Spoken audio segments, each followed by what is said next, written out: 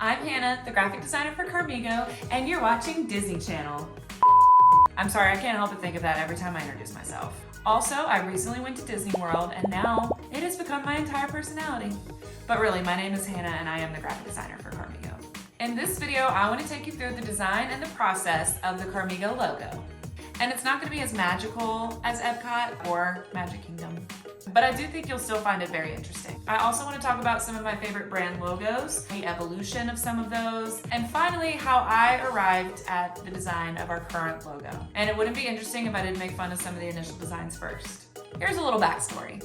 I was brought on a year after Carmigo was started, and my first weekend they were like, hey, why don't you design our logo? And I was like, yeah, duh. I mean, it is my job, so I'm not really gonna say no. Here's the direction I was given. Keep it in the wheelhouse of the auto industry, but don't make it too obvious. Needs to be tech focused. Our process is super easy, so the motifs and the icons and the logo itself had to represent that. And they said it has to be good. That's what they said, make it good. And the first few iterations weren't bad, they just kind of missed the mark. They weren't the vibe. And I'm not gonna lie, it took me a minute to get the right amount of auto industry mixed with tech industry, but simple without looking crazy, which leads me to the research and inspiration phase. Personally, I love when logos have like some sort of hidden meaning or message in them that you don't really catch right away.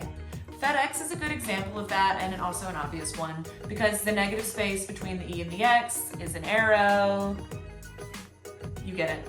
Amazon is also a really good example because their arrow moves from A to Z, because they sell products from A to Z. I see the Amazon logo more times than I would care to admit. Another good example that may not be as obvious is Toblerone. I don't know how to say that. But in their logo, in the mountain, in the negative space, there's a bear. Who'd have thunk it? I have not researched anything as to why there's a bear. Is it Canadian? I don't really know. I literally know nothing about Toblerone except for that's their logo. And there's chocolate involved.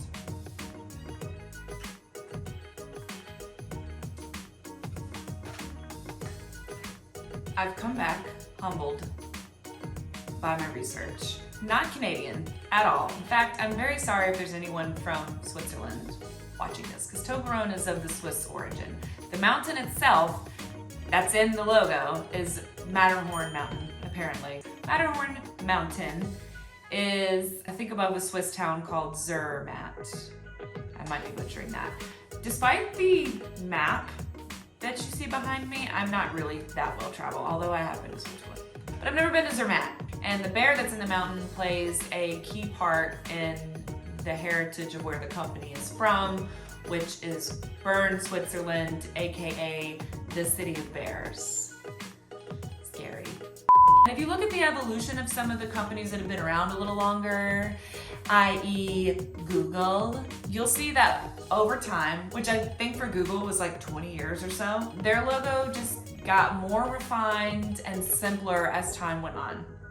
And I think that's the inspiration in and of itself. Like, make it simple, make it easy, make it recognizable, make it something that when a consumer sees it for the first time or the 50th time, there's just not a lot that they have to do to take it in visually.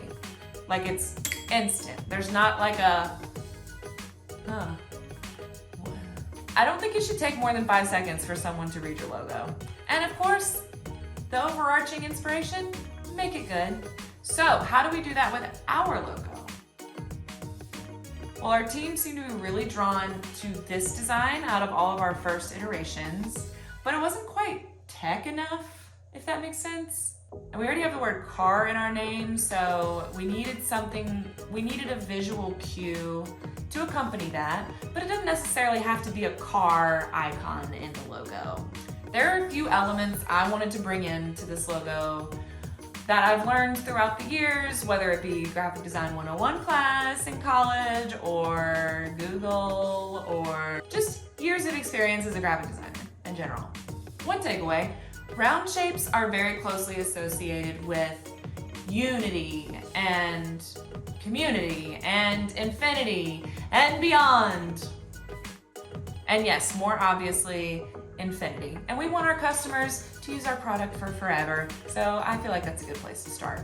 Another thing, strong geometric shapes evoke trust, reliability, security, which is super important when you're selling someone's car. And I don't think organic, flowy shapes would have worked as well for that. People need some structure. Remember earlier when I said I was given some direction? One of those directions was that the principal color had to be green, which I really like because I think it differentiates us from the rest of the auto industry and the tech industry. Kind of seems like everyone's using blue these days. We all see it. We all see it. Yes, blue hair. Okay. Blue. And green represents freshness. It also, conveniently for us, means go when you get to a traffic stop.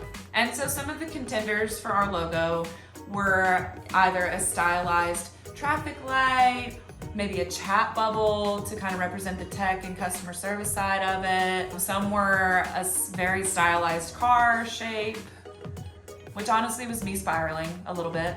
And again, they just kind of missed the mark. Like they weren't quite there yet. They were either too obvious, or they weren't simple enough, or they weren't the right combination of tech and auto and easy. And then we came up with the speedometer icon. And she's an icon, for sure. It checked all the boxes. Round geometric shape, simple. We made it green, so it was green. It does have a hidden symbol, which is a very thick C shape, if you look at it. Obviously, in this case, the speedometer represents speed because of the direction the needle is going. It's kind of like all gas, no brakes. And that's kind of our tech aspect. Our product is very fast, especially for what we're doing. It's associated with the auto industry, and most importantly, of all the boxes checked, it's good. And as for the rest of our logo, since the icon is round, that made a great case for the Poppins font, because the Poppins font is round in nature. It's got a lot of roundness to it. So it complements our icon. And I think it also brings like a very approachable, friendly aspect to it. There are a lot of variations of Poppins that you can use, from extra light to extra bold black. The font in the logo itself is just Poppins bold because the thickness matches the logo icon. But in our brand identity, we use a lot of extra bold. We're extra. It's friendly, and we want our customers to feel like they are our friends. I mean, we're trying to help them sell their car as easily as possible. It needs to be approachable. So let us know what you think of our logo and what you think about the thought process behind it. If you normally design logos way differently as far as the process goes, maybe what you would have done differently. We would love to hear from you. And as always, if you have a car you want to sell, you want to get multiple offers, you don't want to go from dealership to dealership, and you want to do it all from your phone, go to gocarmigo.com and see how easy it really is. You will not be disappointed. It is very easy and also very magical. There, I did it. Sorry, I had to. That's called a loop close if you don't know about making videos.